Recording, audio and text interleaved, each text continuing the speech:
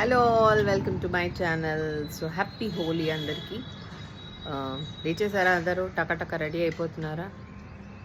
హోలీ ఆడడం కంటే ముందుగా హోలీ గురించి హోలీకి తీసుకోవాల్సిన ప్రికాషన్స్ గురించి ఆలోచించుకోండి.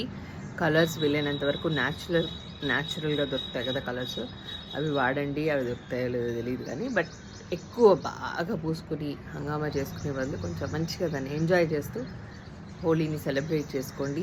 అండ్ ఎండ ఆల్రెడీ ఇప్పుడు 7:30 అవుతుంది. ఇప్పటికే ఎండ చాలా వచ్చేసింది కాబట్టి ఇంకా మీరు ఆడుకునే టైం కల్లా ఎండ ముదిరిపోతుంది. సో బయటికి వెళ్ళడానికంటే ముందే మంచిగా పెరగన్నం తిని వెళ్ళండి బయటికి. అండ్ వీలైనంత వరకు వాటర్ తీసుకుంటూ ఉండండి, వాటర్ తాగుతూ ఉండండి. బయటికి వెళ్ళడానికంటే ముందు సన్ స్క్రీన్ లోషన్ అప్లై చేసుకొని వెళ్ళండి. హోలీ ఆడేటప్పుడు ఎవరికైతే హోలీ ఆడడం ఇష్టం ఉండదో కలర్స్ అదంతా, వాళ్ళని ఎక్కువ ఫోర్స్ చేయకండి, బలవంతంగా వాళ్ళకి రుద్ది అట్లా చేయకండి. పిల్లల విషయంలో కొంచెం కేర్ తీసుకోండి. ఇవన్నీ మీ అందరికీ తెలుసు, బట్ ఎందుకో చెప్పాలనిపించింది.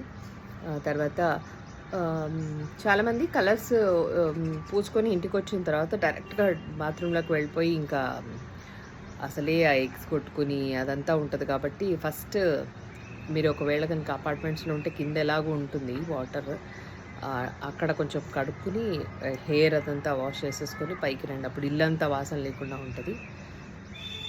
ఇంటికి వచ్చిన తర్వాత కలర్స్ పోవాలి అంటే ఫస్ట్ ఆయిల్ అప్లై చేసుకోండి, కొబ్బరి నూనె అంతా ఫేస్కి పెట్టుకోండి. సో అప్పుడు ఆ కలర్ కొంచెం తొందరగా వచ్చేస్తుంది. ఈవెన్ హెయిర్కి కూడా వీలైతే ముందే వెళ్ళడానికంటే ముందు హెయిర్కి ఆయిల్ అప్లై చేసుకొని వెళ్ళండి. ఎగ్ పడ్డ తర్వాత అది మంచి కండిషనింగ్ కూడా పనిచేస్తుంది. సో ఇవన్నీ నేను జనరల్గా మా పిల్లల కోసం చేసే పనులు, మీరు కూడా చేస్తారని అనుకుంటున్నాను. Thank you. Have a happy and safe Holi.